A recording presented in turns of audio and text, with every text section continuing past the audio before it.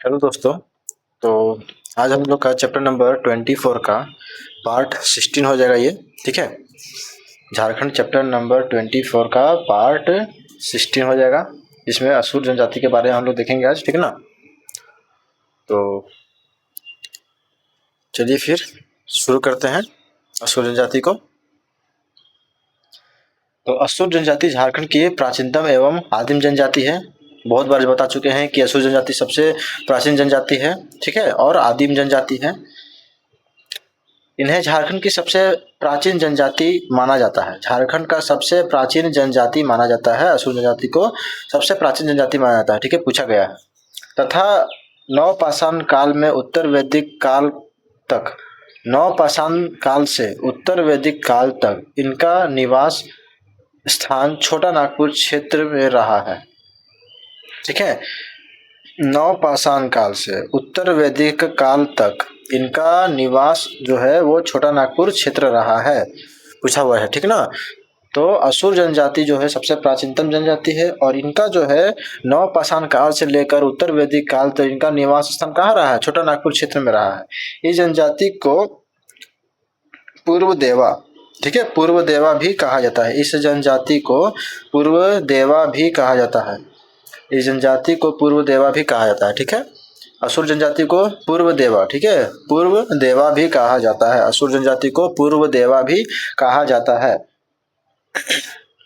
ठीक है, असुर जनजाति को पूर्व देवा भी कहा जाता है। असुर जनजाति को पूर्व देवा भी कहा जाता है। ठीक है, वैदिक काल के साक्ष्य इस तथ्य की पुष्टि करते हैं कि असुर पूर्व व्यवस्था के जनक हैं। ठीक है, वैदिक काल के साक्ष्य इस तथ्य की पुष्टि करते हैं, वैदिक काल का, ठीक है, वैदिक काल का साक्ष्य इस तथ्य की पुष्टि करते हैं कि असुर जो है वो पूर्व व्यवस्था के जनक है। ठीक है, पूर्व व्यवस्था के जनक है। इस जनजाति को सिंधु घाटी सभ्यता का प्रतिष्ठापक माना जाता है। ठीक है, सिंधु घाटी सभ्यता का प्रतिष्ठापक माना जाता है। ठीक है, सिंधु घाटी सभ्यता का प्रतिष्ठापक माना जाता है इस जनजाति को। असुर जनजाति को सिंधु घाटी सभ्यता का प्रतिष्ठापक माना जाता है। ठीक है, असुर जनजाति को सिंधु घाटी सभ्यता का प्रतिष्ठापक माना जाता है। ठीक है, प्रतिष्ठापक माना जाता है, सिंधु घाटी सभ्यता का प्रतिष्ठापक माना जाता है असुर जनजाति को। असुर जनजाति को सिंधु घाटी सभ्यता का प्रतिष्ठापक माना जाता है। सिंधु घाटी सभ्यता का प्रतिष्ठापक माना जाता है असुर जनजाति को। ठीक है, असुर जनजाति को सिंधु घाटी सभ्यता का प्रतिष्ठापक माना जाता है। इनकी भाषा असुरी है। इनकी भाषा क्या है? असुरी है। इनकी भाषा को मालय भाषा भी कहा जाता है, मालय भाषा भी कहा जाता है। ठीक है, इनकी भाषा असुरी है। असुर जनजाति की भाषा जो है वो असुरी है। ठीक है, असुर जनजाति की भाषा असुरी है। असुर जनजाति की भाषा असुरी है। ठीक है, असुर जनजाति की जो भाषा है वो असुरी है। असुर जनजाति की भाषा असुरी है। इनकी भाषा को मालय भाषा भी कहा जाता है, मालय भाषा। ठीक है, मालय भाषा भी कहा जाता है। इनकी भाषा को मालय भाषा भी कहा जाता है। इनकी भाषा को जो है मालय भाषा भी कहा जाता है। ठीक है, मालय भाषा भी कहा जाता है। असुर जनजाति की भाषा असुरी है और इनकी भाषा को मालय भाषा भी कहा जाता है। झारखंड में इनका संकेंद्रण मुख्यतः लातेहार के नेतरहाट के पाट क्षेत्र में सर्वाधिक है। गुमला में सर्वाधिक जनसंख्या वाला जिला है इनका। ठीक है, असुर का लोहरदगा, सिंहभूम और धनबाद जिले में है। मतलब झारखंड में इनका संकेंद्रण लातेहार, गुमला, लोहरदगा, सिमडेगा, धनबाद। लातेहार, गुमला, लोहरदगा, सिमडेगा, धनबाद। ठीक है, लातेहार, गुमला, लोहरदगा, सिमडेगा, धनबाद। असुर जनजाति का झारखंड में संकेंद्रण मुख्यतः लातेहार, गुमला, लोहरदगा, सिमडेगा, धनबाद। ठीक है, लातेहार, गुमला, लोहरदगा, सिमडेगा, धनबाद। ठीक है, लातेहार कहाँ? नेतरहाट के पाट क्षेत्र में सबसे ज्यादा और गुमला में सर्वाधिक जनसंख्या वाला जिला है इनका। ठीक है, गुमला जो है वो असुर जनजाति का सर्वाधिक जनसंख्या वाला जिला है, गुमला। ठीक है, गुमला असुर जनजाति का सर्वाधिक जनसंख्या वाला जिला है। ठीक है, ये पूछ सकता है। ठीक है, इसको हम खुद से स्टार मार्क लगा दे रहे हैं, ये पूछ सकता है। गुमला असुर जनजाति का सर्वाधिक जनसंख्या वाला जिला है और नेतरहाट का पठारी क्षेत्र में ये सर्वाधिक यहाँ भी पाए जाते हैं, नेतरहाट के पाट क्षेत्र में, लातेहार में, नेतरहाट के पाट क्षेत्र में। ठीक है, लातेहार, गुमला, लोहरदगा, सिमडेगा, धनबाद। आगे देखते हैं। पिता की संपत्ति में कभी कभी ज्येष्ठ पुत्र को थोड़ा अधिक हिस्सा दिया जाता है, ज्येष्ठांश कहा जाता है। ठीक है, ज्येष्ठ माने बड़े पुत्र को थोड़ा अधिक हिस्सा दिया जाता है, ठीक ना, उसमें उसको क्या कहते हैं, ज्येष्ठांश। ठीक ना, ज्येष्ठांश कहा जाता है। पिता की संपत्ति में कभी कभी ज्येष्ठ पुत्र को थोड़ा अधिक हिस्सा दिया जाता है, जिसे ज्येष्ठांश कहा जाता है, ज्येष्ठांश कहा जाता है। पिता की संपत्ति में कभी कभी ज्येष्ठ पुत्र को थोड़ा अधिक हिस्सा दिया जाता है, उसे ज्येष्ठांश कहा जाता है। यह जनजाति 3 उपजातियों में विभाजित है। 3 उपजातियों में विभाजित है। ये जनजाति तो है वीर असुर, बिरजिया असुर, अगारिया असुर। ठीक है, वीर, बिरजिया, अगारिया। ठीक है, वीर असुर, बिरजिया असुर, अगारिया असुर। यह जनजाति कौन सी जाति, असुर जनजाति 3 उपजातियों में विभाजित है, वीर, बिरजिया, अगारिया। ठीक है, वीर, बिरजिया, अगारिया, वीर, बिरजिया, अगारिया, वीर, बिरजिया, अगारिया, वीर असुर, बिरजिया असुर, अगारिया असुर, वीर असुर, बिरजिया असुर, अगारिया असुर। ठीक है, वीर, बिरजिया, अगारिया, वीर, बिरजिया, अगारिया। ठीक है, वीर, बिरजिया, अगारिया। असुर गोत्र को पारस कहते हैं। ठीक है, तथा इनके युवा गृह को गित्ती ओड़ा कहा जाता है। असुर गोत्र को क्या कहते हैं, पारस। असुर गोत्र को पारस कहते हैं और इनके युवा गृह को गित्ती ओड़ा कहा जाता है, युवा गृह को गित्ती ओड़ा कहा जाता है। ठीक है, असुर गोत्र को क्या कहते हैं, पारस कहते हैं। ठीक है, असुर गोत्र को पारस कहते हैं, असुर गोत्र को पारस कहते हैं, असुर गोत्र को पारस कहते हैं। ठीक है, असुर गोत्र को क्या कहा जाता है, पारस कहा जाता है और इनके युवा गृह को गित्ती ओड़ा कहा जाता है, इनके युवा गृह को गित्ती ओड़ा कहा जाता है। असुर गोत्र को पारस कहते हैं और इनके युवा गृह को गित्ती ओड़ा कहा जाता है। ठीक है, नेक्स्ट देखते हैं। इस जनजाति में वधु मूल्य को डाली टका कहा जाता है। ठीक है, असुर जनजाति में वधु मूल्य को क्या कहा जाता है, डाली टका कहा जाता है। असुर जनजाति में वधु मूल्य को डाली टका कहा जाता है। असुर जनजाति में वधु मूल्य को डाली टका कहा जाता है। असुर जनजाति में वधु मूल्य को डाली टका कहा जाता है। ठीक है, डाली टका। असुर जनजाति में वधु मूल्य को क्या कहा जाता है, वधु मूल्य को डाली टका कहा जाता है, डाली टका कहा जाता है, डाली टका कहा जाता है। असुर जनजाति में वधु मूल्य को डाली टका कहा जाता है। असुर जनजाति में वधु मूल्य को डाली टका कहा जाता है। इस जनजाति में आयोजित डोला मेला के दौरान जीवन साथी का चुनाव किया जाता है। डोला मेला के दौरान जीवन साथी का चुनाव किया जाता है। ठीक है, असुर जनजाति में आयोजित डोला मेला। ठीक है, डोला मेला होता है, उसी के दौरान जीवन साथी का चुनाव किया जाता है। ठीक है, जीवन साथी का चुनाव किया जाता है डोला मेला के दौरान। असुर जनजाति में डोला मेला के दौरान जीवन साथी का चुनाव किया जाता है। डोला मेला के दौरान जीवन साथी का चुनाव किया जाता है। ठीक है, और वधु मूल्य को क्या बोलते हैं, डाली टका कहते हैं। असुर जनजाति में वधु मूल्य को डाली टका कहा जाता है। इस जनजाति में आयोजित डोला मेला के दौरान जीवन साथी का चुनाव किया जाता है। इस जनजाति में ईदी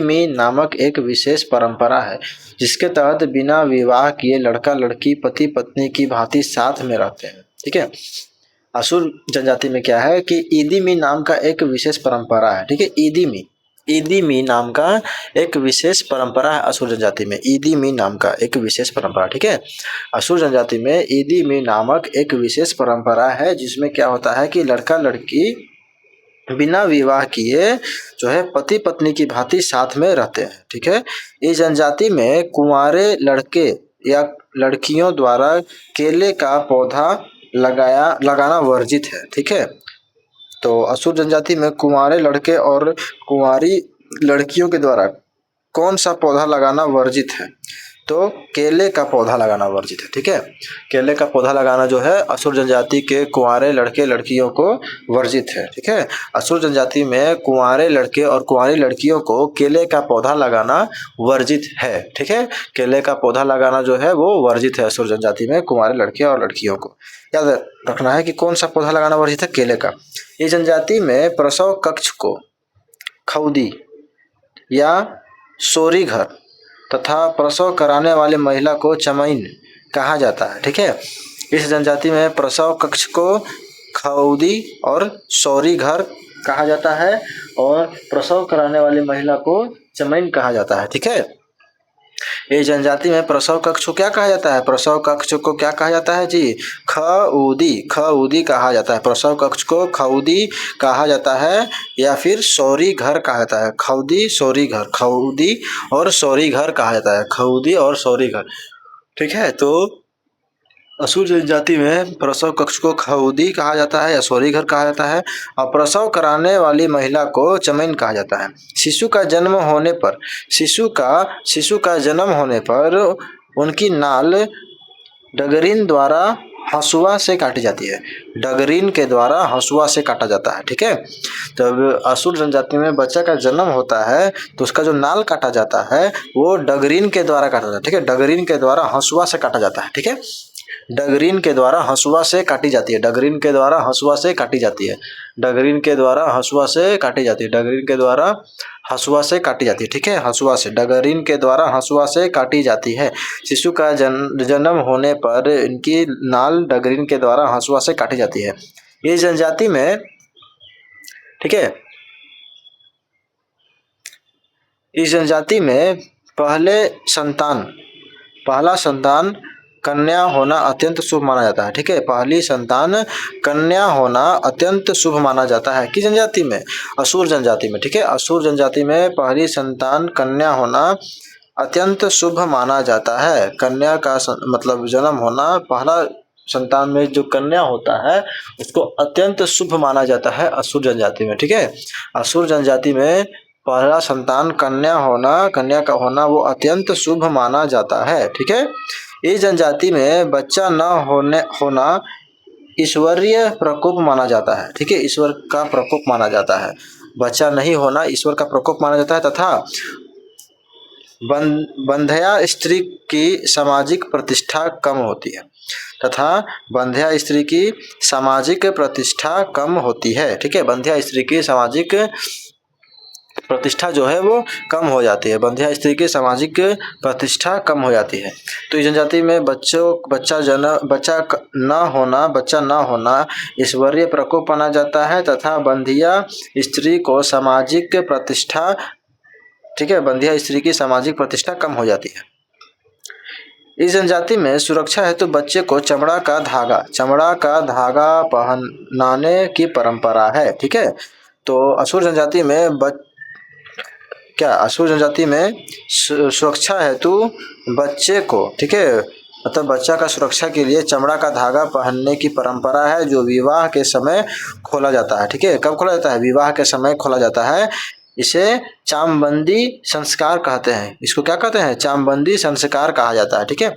तो असुर जनजाति में सुरक्षा हेतु बच्चे को चमड़े का धागा पहनने की परंपरा है। बच्चे को चमड़े का धागा पहनाने की परंपरा है, ठीक है। बच्चे को असुर जनजाति में सुरक्षा के लिए चमड़े का धागा पहनाने की परंपरा है जो विवाह के समय खोला जाता है। इसे चामबंदी संस्कार कहा जाता है, ठीक है। इसको चामबंदी संस्कार कहा जाता है। चामबंदी संस्कार कहा जाता है, ठीक है।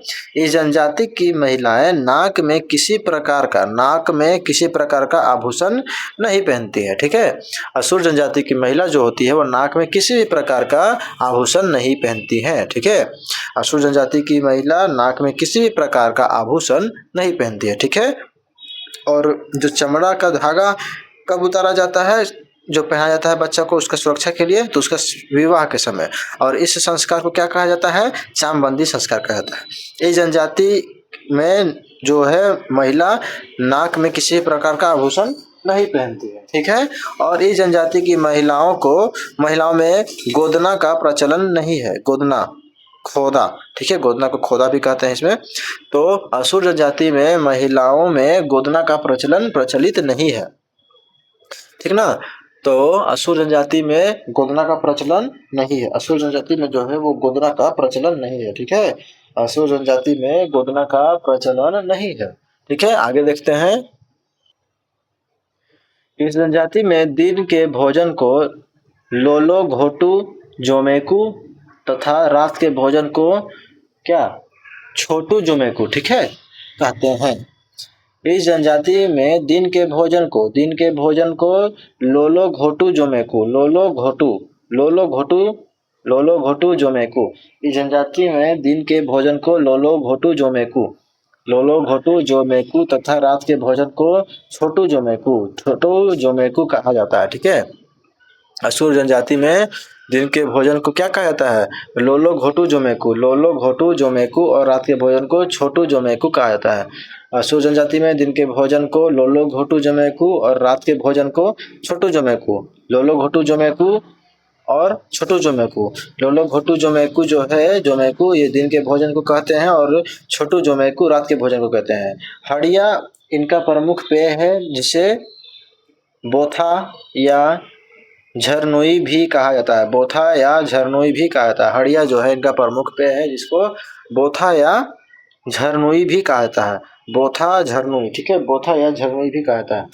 हड़िया इनका प्रमुख पेय है, हड़िया जो है हड़िया इनका प्रमुख पेय है जिसे बोथा या झरनोई भी कहा जाता है। ठीक है, बोथा या झरनोई भी कहा जाता है, बोथा या झरनोई भी कहा जाता है।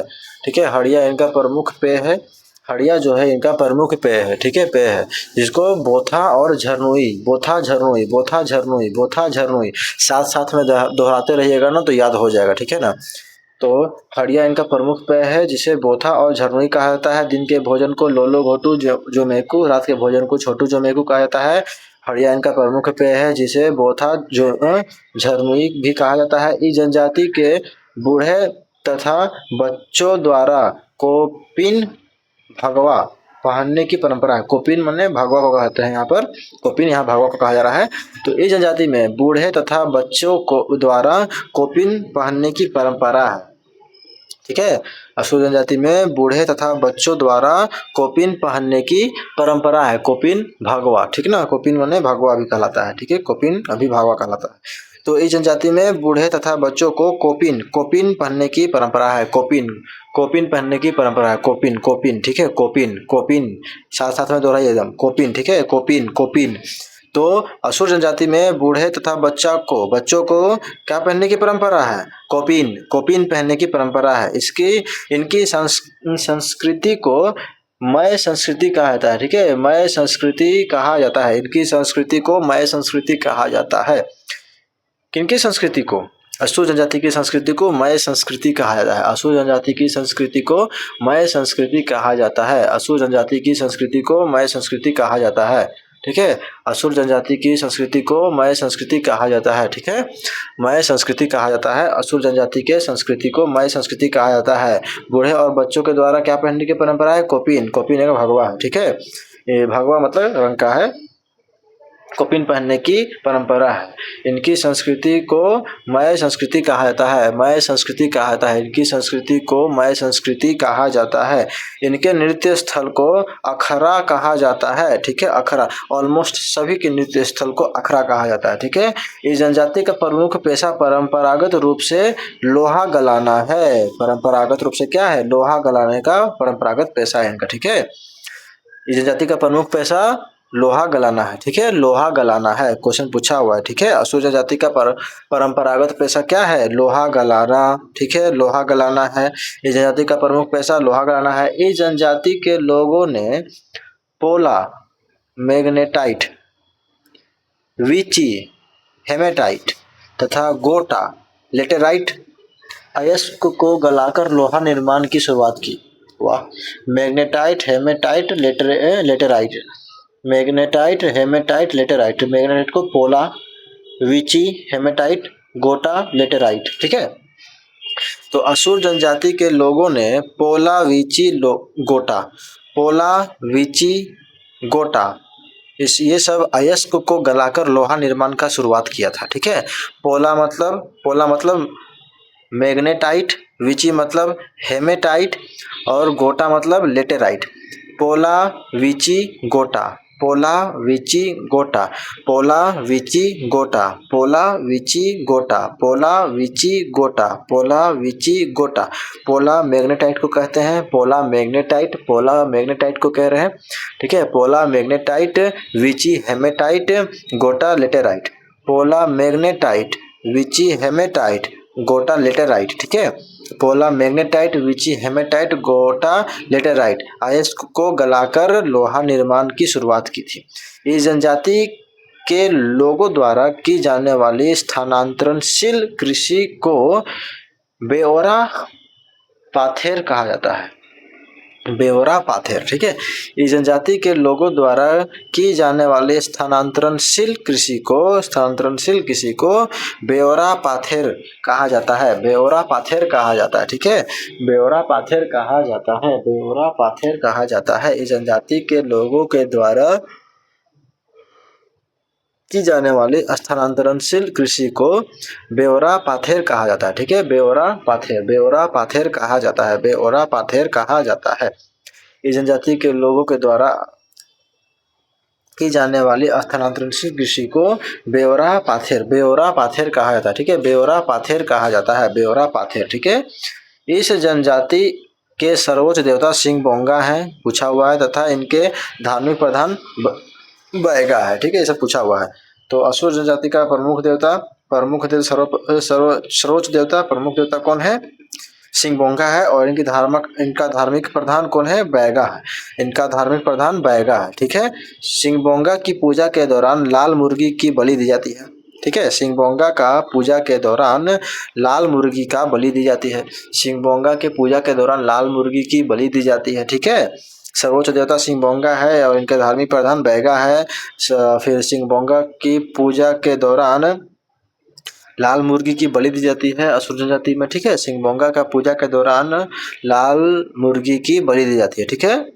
इस जनजाति में, असुर जनजाति में लोहा गलाने के उद्योग की समृद्धि हेतु सरही कुत्सी पर्व मनाया जाता है। पहले यहाँ तक देख लेते हैं। तो असुर जनजाति में लोहा गलाने के उद्योग की समृद्धि हेतु लोहा गलाने के उद्योग की समृद्धि हेतु सरही कुत्सी पर्व मनाया जाता है। सरही कुत्सी पर्व मनाया जाता है, जिसमें सरसी से पकड़कर व हथौड़ा मारकर मुर्गे की बलि दी जाती है, ठीक है। मतलब असुर जनजाति में लोहा गलाने के उद्योग की समृद्धि हेतु, ठीक है, लोहा गलाने का जो उद्योग होता है उसका समृद्धि हेतु सरही कुत्सी पर्व मनाया जाता है। सरही कुत्सी पर्व, ठीक है। सरही कुत्सी पर्व मनाया जाता है, इसमें क्या होता है कि सरसी से पकड़कर व हथौड़ा मारकर मुर्गे की बलि दी जाती है असुर जनजाति में। बैगा का सहायक सुबारी कहलाता है, ठीक है। बैगा का सहायक असुर जनजाति में सुबारी कहलाता है, ठीक है। असुर जनजाति में बैगा का सहायक सुबारी कहलाता है, ठीक है। बैगा क्या था? तो धार्मिक प्रधान था, ठीक है। बैगा धार्मिक प्रधान था। बैगा का सहायक सुबारी कहलाता है। असुर जनजाति में बैगा का सहायक सुबारी कहलाता है। नेक्स्ट देखते हैं। इस जनजाति में जादू टोना करने वाले व्यक्ति को माटी कहा जाता है। लगभग हर जनजाति में, ऑलमोस्ट बहुत सारे जनजाति में देख लिए हैं कि जादू टोना जो करता है उस व्यक्ति को माटी कहा जाता है। इस जनजाति में डायन से रक्षा हेतु सोखा द्वारा अनुष्ठान किया जाता है। सोखा, ठीक है। डायन से रक्षा हेतु सोखा द्वारा अनुष्ठान किया जाता है। डायन से रक्षा हेतु सोखा द्वारा अनुष्ठान किया जाता है। असुर जनजाति में डायन से रक्षा हेतु सोखा द्वारा अनुष्ठान किया जाता है। इस जनजाति में अंत्योष्टि स्थल को शासन कहा जाता है, ठीक है, पूछा हुआ है। तो असुर जनजाति में अंत्योष्टि स्थल को शासन कहा जाता है, ठीक है। असुर जनजाति में अंत्योष्टि स्थल को शासन कहा जाता है। असुर जनजाति में अंत्योष्टि स्थल को शासन कहा जाता है। असुर जनजाति में अंत्योष्टि स्थल को क्या कहा जाता है? शासन कहा जाता है, ठीक है। असुर जनजाति में अंत्योष्टि स्थल को शासन कहा जाता है। शासन कहा जाता है। अंत्योष्टि स्थल को असुर जनजाति में शासन कहा जाता है, ठीक है। असुर जनजाति में अंत्योष्टि स्थल को शासन कहा जाता है। अंत्योष्टि स्थल को शासन कहा जाता है। इस जनजाति में व्यक्ति की मृत्यु के 10वें दिन भोज देने का रिवाज है, ठीक है। इस जनजाति में, किस जनजाति में? असुर जनजाति में व्यक्ति की मृत्यु के 10वें दिन भोज देने का रिवाज है, जिसमें अम्बुल आदेर नामक अनुष्ठान भी किया जाता है। अम्बुल आदेर नामक अनुष्ठान किया जाता है, ठीक है। तो असुर जनजाति में व्यक्ति के मृत्यु के 10वें दिन भोज देने का रिवाज है। 10वें दिन क्या था? भोज देने का रिवाज है, जिसमें अम्बुल आदेर नामक अनुष्ठान भी किया जाता है। अम्बुल आदेर नामक अनुष्ठान भी किया जाता है। अम्बुल आदेर नामक अनुष्ठान किया जाता है। ठीक है। इस जनजाति में व्यक्ति की मृत्यु के 10वें दिन भोज देने का रिवाज है, जिसमें अम्बुल आदेर नामक अनुष्ठान भी किया जाता है। और अंत्योष्टि स्थल को इस जनजाति में, असुर जनजाति में क्या कहा जाता है? शासन कहा जाता है। ठीक है। और इस जनजाति में व्यक्ति की मृत्यु के 10वें दिन भोज देने का रिवाज है, जिसमें अम्बुल आदेर नामक अनुष्ठान भी किया जाता है। अम्बुल आदेर नामक अनुष्ठान किया जाता है। ठीक है। तो आज के लिए इतना ही। वीडियो पसंद आए तो लाइक करें, सब्सक्राइब करें और अपने दोस्तों के साथ शेयर जरूर करें। और पीडीएफ के लिए डिस्क्रिप्शन में टेलीग्राम का लिंक दिया हुआ है, टेलीग्राम को ज्वाइन करें जाकर, और वहाँ पर जाके आप मैसेज कर सकते हैं कि किस चैप्टर का पीडीएफ चाहिए, हम अवेलेबल कर देंगे वहाँ पर। ठीक है। तो ठीक है, आज के लिए इतना ही। धन्यवाद।